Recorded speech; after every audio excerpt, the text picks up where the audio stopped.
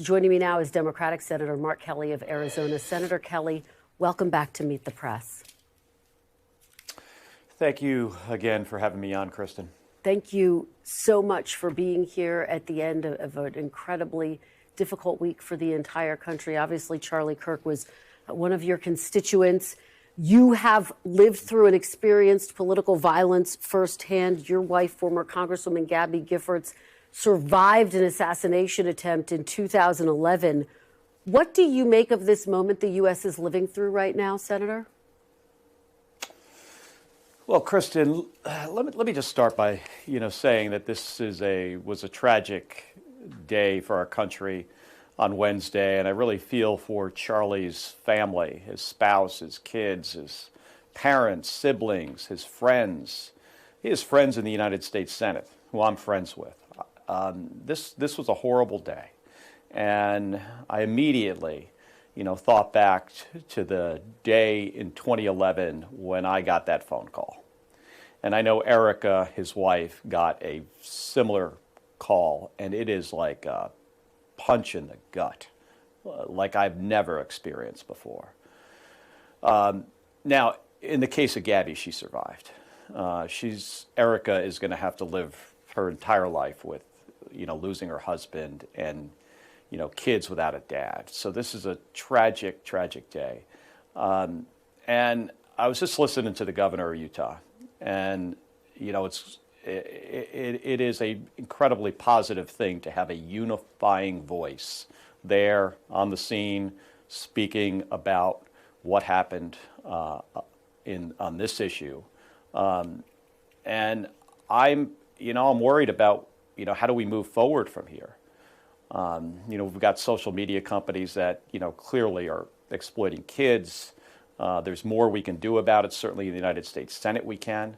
But this is a tragic week, and Wednesday was a tragic day for our country. And you are talking about how this impacted you personally so deeply, and I imagine it impacted former Congresswoman Giffords very deeply as well. How is she processing this tragic week in America, Senator? Well, Gabby's been, since the Sandy Hook Elementary School shooting, we started an organization called Giffords. She's been working on this issue of gun violence in our country, 24/7, basically. I would say this one in particular hit her pretty hard, and it's because she saw the video. The video is all over social media. It's kind of hard to avoid, and you can just kind of stumble right into it. So this, she's had a tough week, I have to say.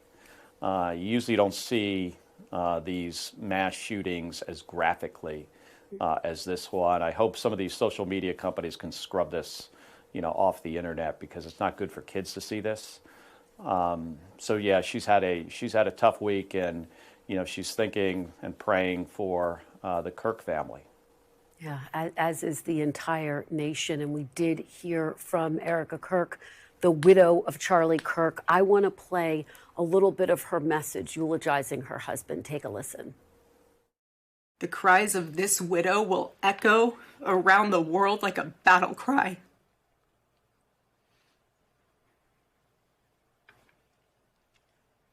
To everyone listening tonight across America, the movement my husband built will not die. How do you see Charlie Kirk's legacy, Senator? Well, Charlie Kirk and I didn't agree on much politically. I'm a Democrat. He's clearly a Republican. He was one of my constituents. The one thing we did agree on is his right to be out there speaking about issues on college campuses like he was last Wednesday. He had every right to be there. And I will give him a lot of credit. He gave people a platform, and he would listen to people across the aisle. I had a difference of opinion from him. I think it's hard to say. This was one of those moments, I think, though, people remember, and I think it's going to have a long-term impact. I hope it can be a positive one.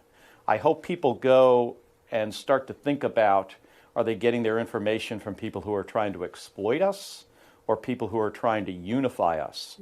We've seen this this week. I mean, we've seen the governor of Utah, who I got to give a lot of credit to, who has tried to bring this country together. We have not seen that from the President of the United States, and I don't think we can expect to.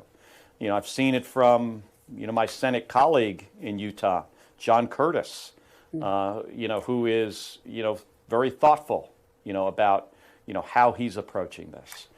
So my hope is that people go to those individuals that are not trying to exploit this tragic event. Well, Senator, let me ask you, because President Trump is blaming the, quote, radical left for the political violence in this country and certainly the events of this week. What is your reaction to his message? Well, I mean, it was 14 years ago that my wife was shot. You know, both sides of the political spectrum experience this kind of violence. Not too long ago, Melissa Hortman and her husband in Minnesota, they were shot and killed. This isn't like one party committing all the violence against the other. I mean, this is clearly a pervasive issue in our country. We are more divided than we have been probably in my lifetime or yours. And if we don't collectively try to come together to fix it, you know, I think it can get worse. It can get a lot worse. I mean, there are people out there calling for civil war. You know, folks that are, you know, I mean, even I think it's fair to say some of them are considered journalists out there. I mean, online journalists. Some people might refer to them as trolls, but people that have huge followings. And when you have a platform, whether you're a governor or senator, a member of the House, president of the United States, you have to be very careful about your words because people are listening. All right, Senator Kelly, again, thank you for joining us, for your critical insights, having experienced political violence firsthand after this devastating week for our entire nation. We really appreciate it. Thank you, Senator. We thank you for watching, and remember, stay updated on breaking news and top stories on the NBC News app or watch live on our YouTube channel.